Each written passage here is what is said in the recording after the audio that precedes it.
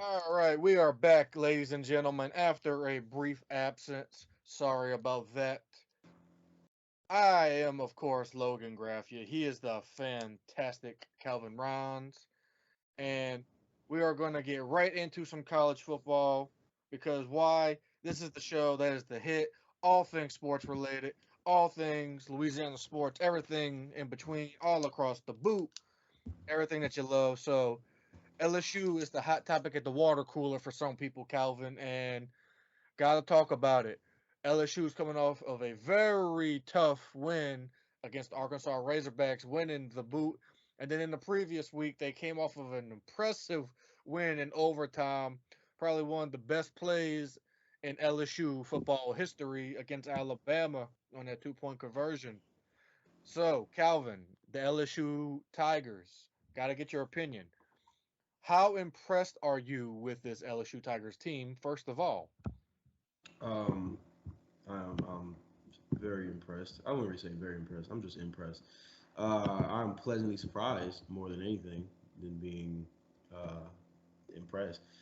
Because what I say they're going to win 8 games, something like that. At the worst, something like that. We're I already think at eight so. games. We're already at 8 games. With two left. And you could still just have 8 wins. I mean, if everything just falls apart, which I doubt, but we got UAB this week. I know a lot about UAB. Play them every year at Tech. They're a tough team. They're always gonna play tough. There's always something about those guys, man. They're gonna fight. So LSU ain't gonna have a pushover this week. I'm gonna tell y'all that right now. But I'm pretty impressed. I'm more impressed with Brian Kelly really than anything because I think this is more on Brian Kelly than the players. Because he's doing something that we all didn't expect. He came in his first year and we all heard it.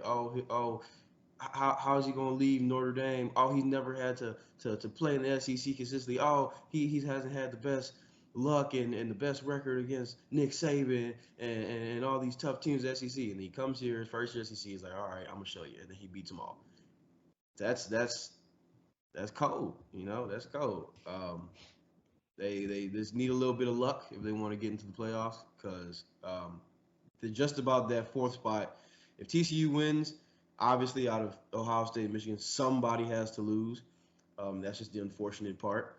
So whoever loses is out of the playoffs. That's just how that goes. Tennessee, if they win, and if TCU wins, TCU's probably gonna slide to 3, and Tennessee's gonna slide to 4. So you need either a TCU loss or a Tennessee loss and an LSU win for you guys to potentially be in 3 or 4. So you got a little bit. You need a little bit of luck. You need to get y'all prayer circles out and figure that out. Well, I mean, I can't disagree with that, Calvin. I mean, I know in the beginning of the season you called me crazy when I said I think this LSU team can win 10 to 11 games. We're already at 8 games, and there's 2 games left. And if they win out, they get that 10 mark that I was predicting earlier in July. I even came on this show and even went on Twitter, and you even called me even crazier when I said I think they could beat Alabama. I think this year we can beat Alabama because I don't think Bama has ever played a real mobile quarterback like LSU has in Jaden Daniels. And if you go back to the Alabama game, how did LSU score that last touchdown in overtime? Jaden Daniels on the read option, gone. If I'm not mistaken, the rumors have it that he runs, I think, 21 miles per hour. That's got to be at least a 4.34, 4.40 right there, Calvin. That's pretty darn fast. So, and then against Arkansas, the struggles against Arkansas didn't really surprise me because if you think about it, Vegas had LSU as a 3 point favorite, only just 3 points against Arkansas. An Arkansas team that didn't have their starting quarterback was playing a second string freshman quarterback. And then in the middle of the game, their third string comes in and just starts scoring for them. It's crazy. But Barry Odom always has them incredibly stealthy, stifling defenses that we all know and love, and they gave LSU trouble. But gotta give credit to the LSU Tigers, especially the true freshman phenom Harold Perkins. Brian Kelly did an outstanding job of getting him to decommit from Texas A&M and getting him to stay at home in Louisiana, coming to LSU. Harold Perkins looks like a young Von Miller. I absolutely love it, and Brian Kelly has done just such an incredible job. And I think we do need a little luck. Oregon lost, so when the college football playoff committee rankings come out today, we should see LSU at the sixth spot, which they already are in the AP polls right now. So they should be at six, 2 spots away from the playoffs. So Michigan still got to play Ohio State, which I think Michigan's going to lose. TCU has a tough one against Baylor this weekend. Baylor's just not no pushover. They might not have their best team that they've ever had, but Baylor's still going to give them probably trouble. And then Tennessee is the wild card because we don't know because Tennessee, I mean, they only have one loss and they lost to Georgia, which LSU has to play in the SEC championship. So we're going to need little luck from our friends up top, but we need a lot of people to lose and we need us to win out. That's all that matters. And I think I gotta just also shout out Jane Daniels. I remember coming on this show and saying Calvin, Jane Daniels is gonna he's the guy. I remember saying he's the guy, and once Miles Brennan went away, everyone was like, "Oh man, why?" I'm like, Jaden Daniels is the guy. No one believed me at first because it took up until the Florida game for it to finally click. It happens because I've also said even dating back to Arizona State, Jaden Daniels. I love Herm Edwards, but he's never had an incredible coaching staff like this to develop him. He's got not only Brian Kelly, he's got Mike Denbrock as OC, and he's got someone that you're quite familiar with in quarterbacks coach Joe Sloan, who I think is one of the best quarterbacks coaches in the country. Top five, in my opinion, or even top three. And you are seeing them develop Jaden into what we all knew that he could be.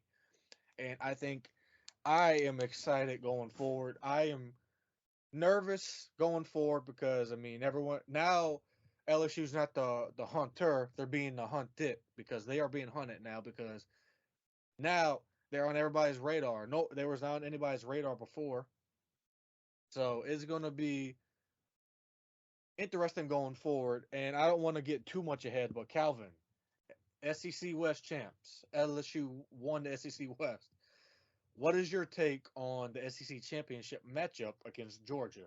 How much of a chance does LSU have, if any? I'm not going to sit here and say you don't have a chance. I mean, everyone has a chance every single week, but it's Georgia. The same Georgia team that just about beat the hell out of Tennessee, that same Tennessee team that beat the hell out of y'all. And there's a lot of triangles like that in the college football world.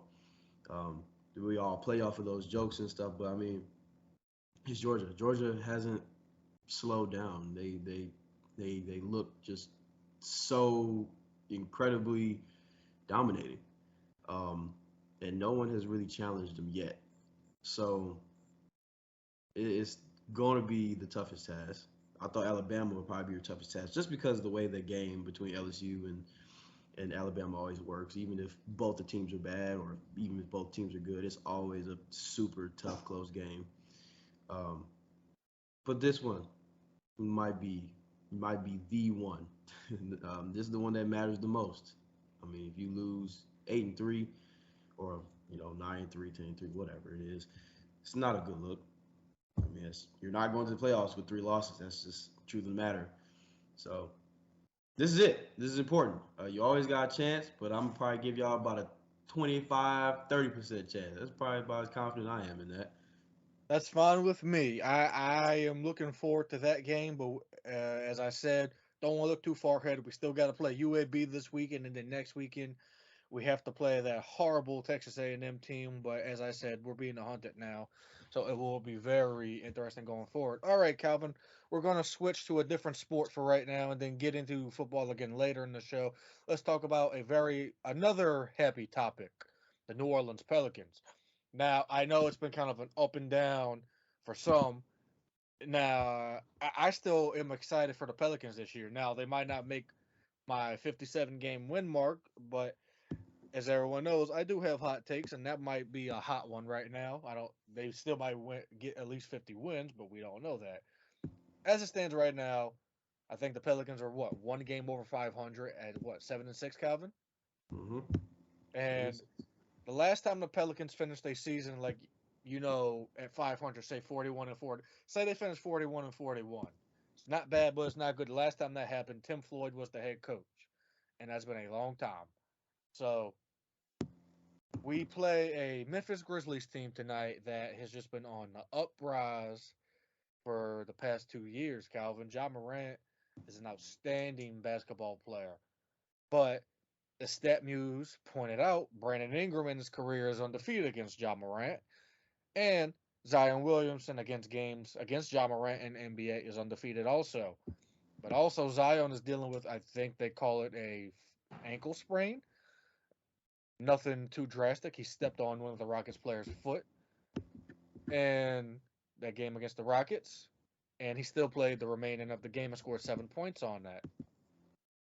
Your take on the Pelicans going up against the Grizzlies for this game tonight, which is on the 11/15/2022 against the Grizzlies, and also I want to get your take on the season going forward and what you would like to see them do.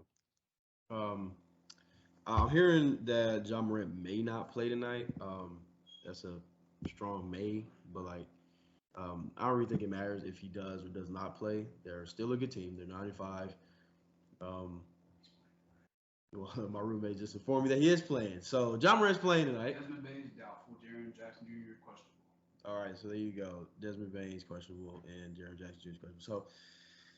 So, I mean, either way, they're still a good team. It's gonna be tough. CJ needs to get his act together. Because I'm a little concerned. He's looking old, and I don't like it. Um, you gotta be on your p's and q's, man. I mean, the Grizzlies have flamethrowers, right? They can shoot that ball. Um, but what I need to see moving forward, though, because I think this will apply just about every game, even the Grizzlies game. We need to continue playing Jonas more. I'm seeing less and less Jonas, and I'm seeing less and less wins at the same time. CJ, um, I think right now you need to push back his miss a little bit. You need to stop having Dyson Daniels have DMPs. I get it. He missed two free throws, basically seal the game. Fine, you sit him for 2 games as punishment because he's a rookie, whatever. At this point, the defensive efforts in the backcourt is not okay. And then when you have Devonte Graham, who's playing way too many minutes, in my opinion, you have Devonte Graham and Zion on the floor. You have the lowest net rating lineup out of all the lineups the Pelicans have ever used defensively. Jose needs to play more. Jose's your closer, all right? He's your closing point guard. You can throw CJ out there, I guess, when he starts playing better, but he is your closing point guard. He's making the clutch defensive effort it takes to hold leads and to take leads. Um, like I said, Jonas has to play more. I mean, teams are going small ball on us. I don't think that's any reason for us to go small ball. I don't. I mean, Jonas is a rebound hound. He's a king at it, right? Zion's still incredibly powerful. And Jonas can also shoot a three. I mean, I don't really see a reason to take him out. I mean, I get it. Small ball. He's a big. I mean, whatever. But he needs to continue playing more.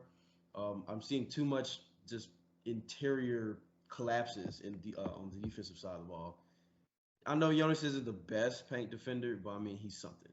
He's there. Larry Nance, he's also fantastic. I mean, talk about. I'm gonna say it again. I mean, that's probably my favorite acquisition. I mean, outside of probably more of a favorite acquisition than CJ, honestly, because he's off the bench making starter plays, and that's what you need. And we've always needed a guy like that. We've never had one like that coming off a bench. So, um,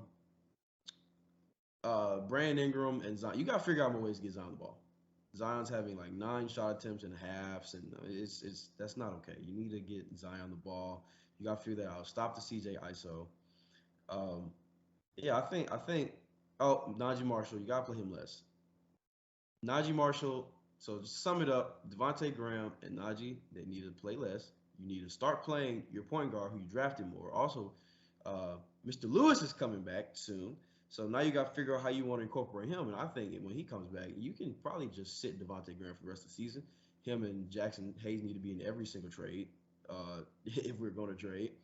Um, and Jonas needs to play more. CJ needs to play a little less. He's getting, maybe he's getting a little old. Maybe it's happening. Maybe that finger injury is a little more serious than we think, and it's affecting him more than we think. Um, Zion has to get more shot attempts. Um, And Willie Green just gotta get better with the lineups, man. He just has to. He has to understand the situation a little bit better. But other than that, I think we're fine. I think we're gonna be fine. We're gonna figure it out. Well, I'm glad you brought up the Kyra Lewis news because he was assigned to our G League affiliated Birmingham squadron just a short hour ago. And I think once he comes back, you will probably start seeing a lot more rotations because you're going to start seeing people in and out, in and out, in and out because we have so much talent on the roster. It's just like, what do you do with all this? You got to play him. You got to play him. So I'm going to be curious to see how Willie Green handles that because right now we do have a lot of talent and there's sometimes, I mean, I love Coach Willie. He's the coach for us for the next long haul. I think you're seeing him saying, man, we have all this talent. Sometimes I don't know how to use it. But I also remember him saying something in a press conference during the summer, if I'm not mistaken, after Zion signed his contract extension. He's going to ride the hot hand, whether that's CJ, whether that's Brandon, whether that's Zion, whoever. And he has done that. He's been a man of his word. I know if CJ's not hot, okay, let's try to get Brandon hot. Okay, Brandon's hot. We're going to ride him. If Brandon's not hot, okay, let's try Zion. If Zion gets hot, they feed him the ball. I've noticed that. I have noticed that. CJ's shots are not going down. Okay, we're going to move on to Zion. If Zion's not followed up, Brandon's the guy. We seen that in the Bulls game. Brandon came in and just started knocking shots down in DeMar DeRozan's face.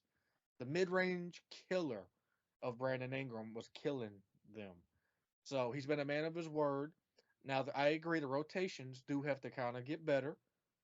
I also want to see Willie Hernan Gomez a little bit more because he is not a bad player. When he's come, I mean, you're not going to make every shot. You're not. I mean, there's times where I'm like, how the heck did he miss that right under the goal when there's nobody around him? But hey, it happens.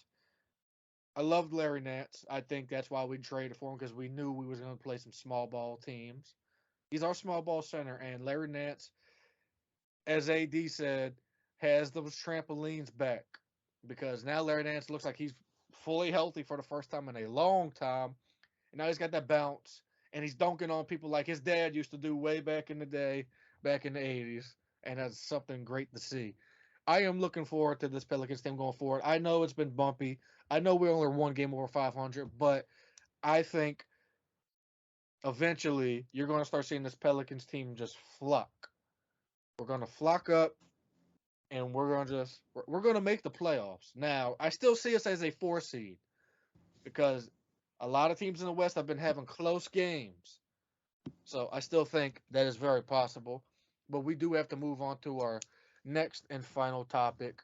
Something that is not such a happy topic, Calvin. It is the New Orleans Saints. Going into the season, you had us as a 10-win team.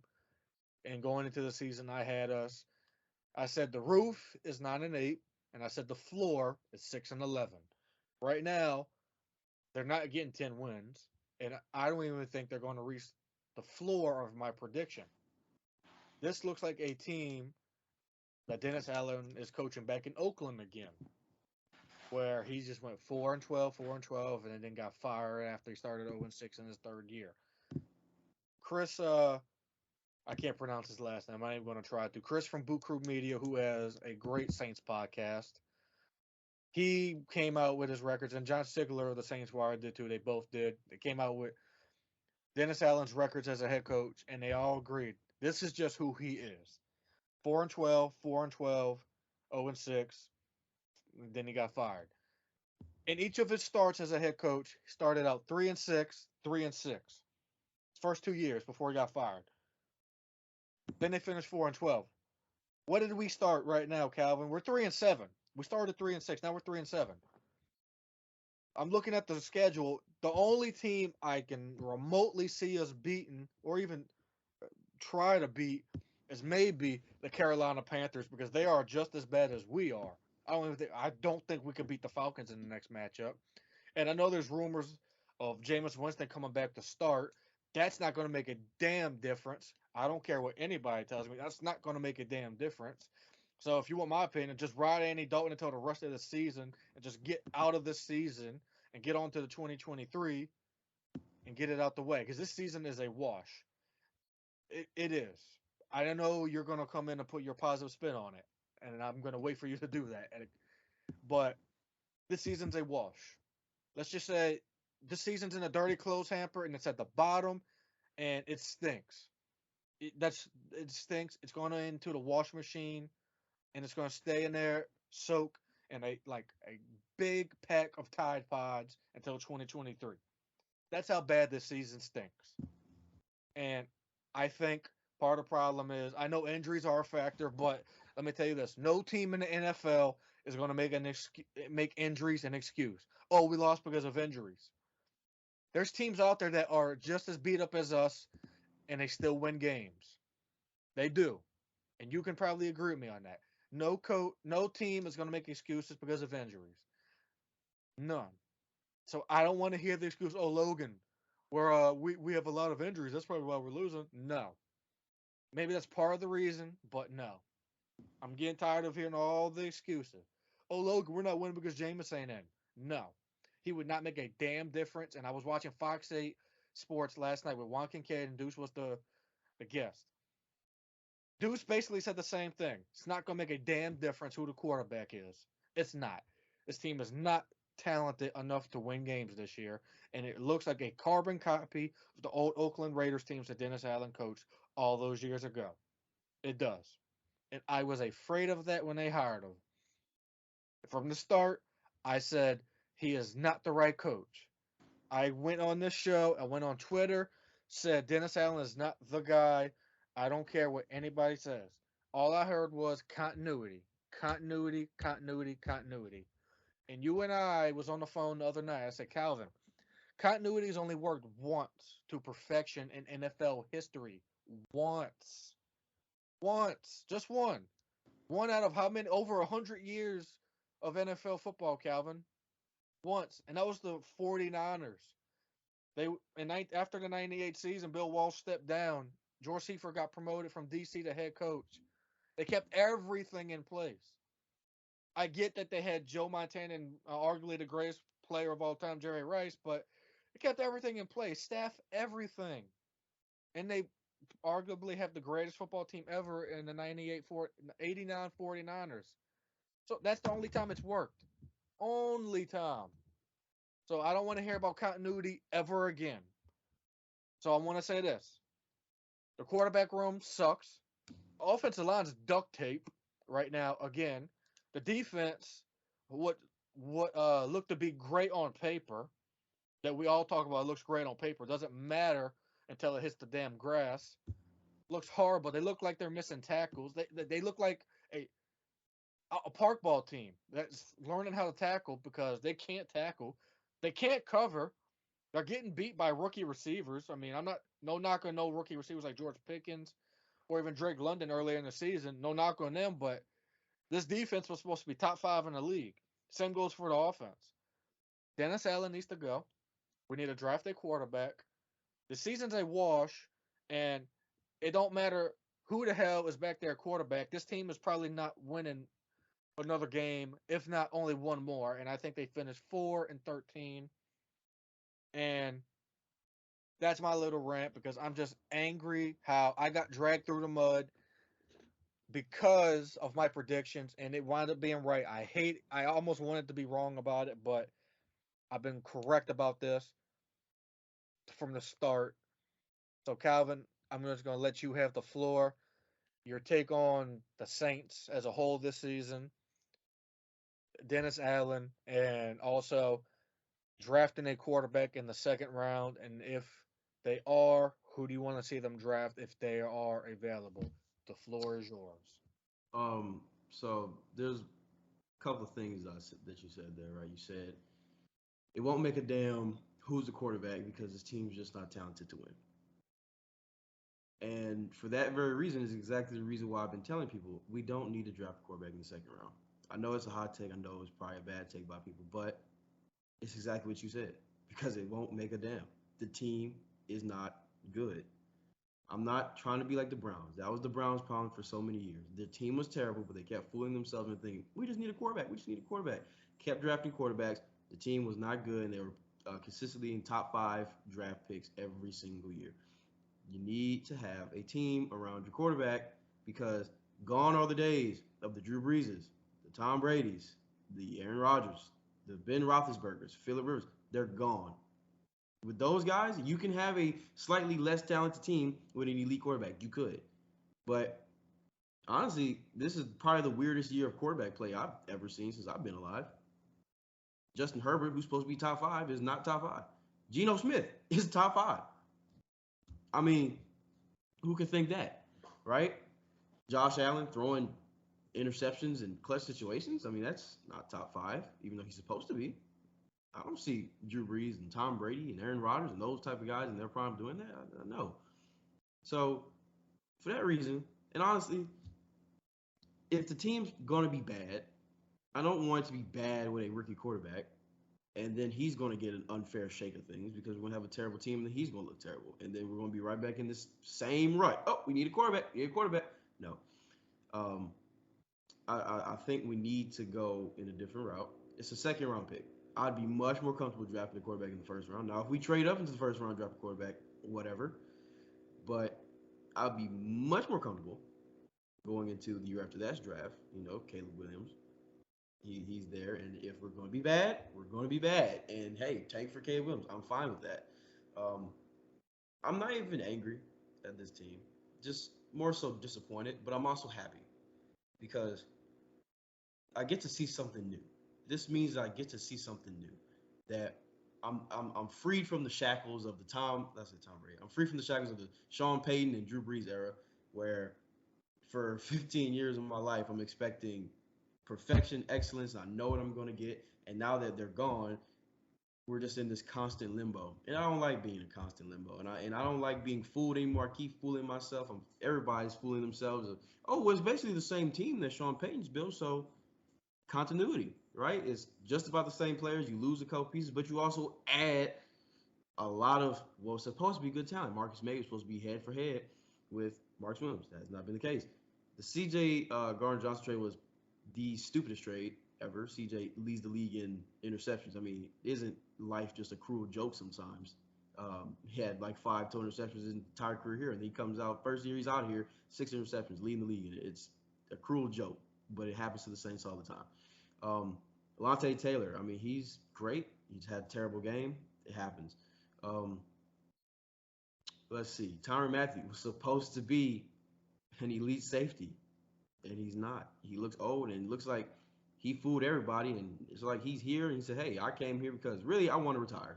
I want to retire soon. I know I'm close to retirement. I'm just going to ride this thing out in New Orleans, back at home where I should be." Jarvis Landry has been nothing short of a disappointment this year. He just has.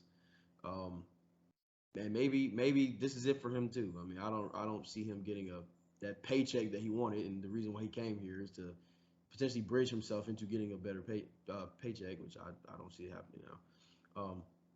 I just think you have to address the other issues because I even told this to you yesterday morning, I believe. This team is deeper than Jameis. If we were losing games purely for quarterback play, then I would be all in on, all right, let's go get a quarterback. But we're not. We're losing for every other thing. We're losing because the offensive line is bad. We're losing because the defensive line can't get past. We're losing because the cornerbacks can't cover. We're losing because the safeties blowing coverages. We're losing for a lot of different reasons that to me is bigger than quarterback. So you need to go address those situations because you need to have a good team for your rookie, right? Kenny Pickett, I mean, look at him. I mean, their team's bad. I mean, let's just face it. Their team is bad. Um, but they just beat an even worse team, and that's us. And props to him. It's not like Kenny Pickett put on a match class. He didn't. He didn't play a good game either. And I mean, hey, even with the holes that we have at defense and how patchwork we are on defense right now, they only scored 20 points. I mean, I get it's the worst offense in the league, but I'm not mad about 20 points. I mean, we held them to not scoring for a while. You know, it's just we can't score either. Um, but I do have some grades here. Just a little bonus coverage for you guys from PFF. Top 5 on offense. You have 71 grade for Alvin Kamara. I mean, that's obvious. Quarterback, Andy Dalton has a 70. That's just for completions. I mean, other than that, he played pretty ass, if you have to ask me. Chris Olave, 69. Chris Olave, got to say about him. I mean, the guy's the one bright spot of this team right now, and I enjoy watching him play. I really wish he gets in the offseason, he gets in the weight room because he's a little frail, and every hit he's taking seems like it's a big kill shot, and I don't like seeing that. Ryan Ramczyk against T.J. Watt had a 62. I mean, that's top. That's four on this offense. I mean, say what you want. Jarvis Landry tipped the ball up, caused an interception. 61. I mean, that's not good. He got a 75 grade on 6 snaps. And once again, why are we sitting here and why the hell is Rashid Shaheed only getting 6 snaps? I don't know. Um, on defense, Caden Ellis had a 90 for his grade with 81 snaps. I mean, man, we went in thinking linebacker was going to be a weak position, but Jesus, that's probably the strongest position on the team, it looks like. It It, is. yeah, and that's weird to say. And I'm really happy with Caden Ellis and Pete Werner. Zach Bond's even on here for the top 5. Zach Bond had a pretty decent game. He has a 68. He's number 5. Cameron Jordan has 69. He's at 4. Chris Harris Jr. surprisingly is 69. And PJ Williams had a 76. So, Tyron had a 67. He's an honorable mention here. But the worst, with a grade of 26, Lewis Kidd. I mean, that's just about as obvious as it can get. And I mean, 26. I mean, you can put out a traffic cone and probably get a 26. 40 for Landon Young. Once again, that's a third string tackle we're talking about here. Calvin Throckmorton, third string, second string swing guy. 41. Kevin White, who, fun fact, ran the most routes, third most routes on the team. He got a 44. And Taysom Hill got a 45. You got to figure out more creative ways to get Taysom Hill the ball because just having him back there just to catch it off the snap is not working. Teams caught on to that. They've been caught on to that. I'm at Um, a point, Calvin, where I know you might not be a fan of this. I don't know if any fan's gonna like this, but I'm at a point where I'm just saying, you know what? Keep him at quarterback the whole game. I don't care anymore. J- Run the quarterback power until they stop it. Let Taysom throw the ball until they can pick him off or stop it. I'm at that point right now. Just keep Taysom out there the whole game. Keep him at quarterback. He has a winning record at quarterback. I know it wasn't pretty, but what else do you have to lose? I know everyone's saying, "Oh, put Jameis back out there," but no, that's the worst idea out there because you got to think about this. Jameis ain't going to be mobile just coming off of a back, ankle, and hip injury, especially against a team like the Rams defense that has Aaron Donald or a team like the 49ers that has Fred Warner out there and Nick Bosa. Can't forget about him.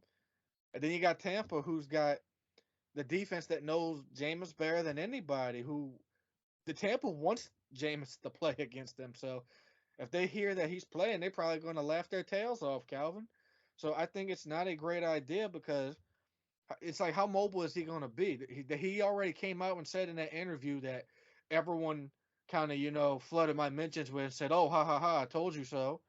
He's not 100% healthy, and he probably never will be this year, which means he's probably not coming back next year, which I'm fine with. And I know not everyone is fine with that, but he can go bye bye along with the whole quarterback room. Like I said, I'm at a point where just put Taysom out there and see what happens. I'm gonna tell you what. I'm actually, like I said, I'm happy that this is happening. Right. The Saints they've been due for a reset for a long time. The league is changing. It's time. Um, our window has closed. As unfortunate as to say. I mean, 2018 was it. That was the year, and this team ain't been the same since. And like I said earlier, we just keep fooling ourselves with the same thing. Oh, we got Marshawn, we got Mike, we got Alvin Kamara, we got Mark Ingram back. Oh, we can do it. 2018. No, we can't. This team is 3 years removed from that, and the team hasn't been the same since. And there's no Drew Brees leading the charge. It's the energy's not the same, the vibe's not the same.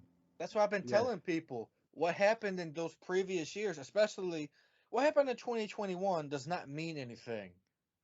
What happened in the previous year does not mean anything for 2022. Oh, this player did this in 2021. He did not do that. He's not doing that in 2022. He's not. Oh, but this player did this in 2019. Not doing it this year. Because why? What happened in the past doesn't mean anything in the present or the future. I've been trying to tell people that. and I caught a lot of flack for it. But Calvin, you have to agree. What happened last year, over here last year, means zero. What's happening over here now means a ton because why? It's happening now. Because we're not talking about 2021. We're talking about 2022. We won games in 2021 over here. We won 9. Why? Because we had Sean Payton. We had a Hall of Fame coach. We had a top 5 defense over here. Over here, we got a head coach who now has a record that has 11 wins and over 30 losses. We now have probably a top 15 defense and a also, I don't care what the freaking stats show, we probably are ranked 30th in offense right now. So, apples and oranges, that's the comparison. Don't want to hear about what happened last year ever again because everyone told me, oh, because of what happened last year, we're going to the Super Bowl this year. And that is what really ticked me off because I had so many people since January tell me because of all these moves, we're going to the bowl. And right after the Dennis Allen hire, I knew in my heart and my mind, and I told you right after that happened, I told you, Calvin, this season's going to suck. And it But has. hey, seasons ain't over yet. Look, we can't. The highest we can go is 10-7. Calvin, I seen the Dolphins go 0-7 and then win 7 games straight after that. Really 8 games, 9 games straight after that. I mean, okay, you never okay, know. I well, get no, it. Calvin, I It's know that, you but you're for me, you're the positive guy. that's just my positive spin. That's just me blowing smoke at everybody's ass. That's just me. But I honestly, I know. don't think we're getting there. We're not. All right, I was about to So, say, give me one game on the schedule that's coming up that you think the Saints can win. For me, it's probably the Panthers. I mean, I think we can beat the Falcons too. I mean, they're but I mean that's just how it is. Like Oh Jesus! The Falcons and the Panthers, we could beat them. All right. Let's see who else is. I mean, the Rams. I mean, they're not gonna have Cooper Cup. Whatever. They're still gonna beat us. The Yeah. Browns with Deshaun Watson, freaky man. He's there. I mean, it's gonna be a tough set, but honestly, I low key wish that we lose. We lose out. See the Eagles get our stupid damn pick. Um, And then and fired Dennis Allen. because yep, that's right. I want him gone, and the only way you make him gone, and like I need more reports. That Caden Ellis post game interview, he's like, "Oh, I love Dennis Allen. He's been so great. The energy he bring." No, Caden Ellis needs to be euthanized outside of the stadium, like right now, for saying that. He had a great game, but I'm gonna go So that.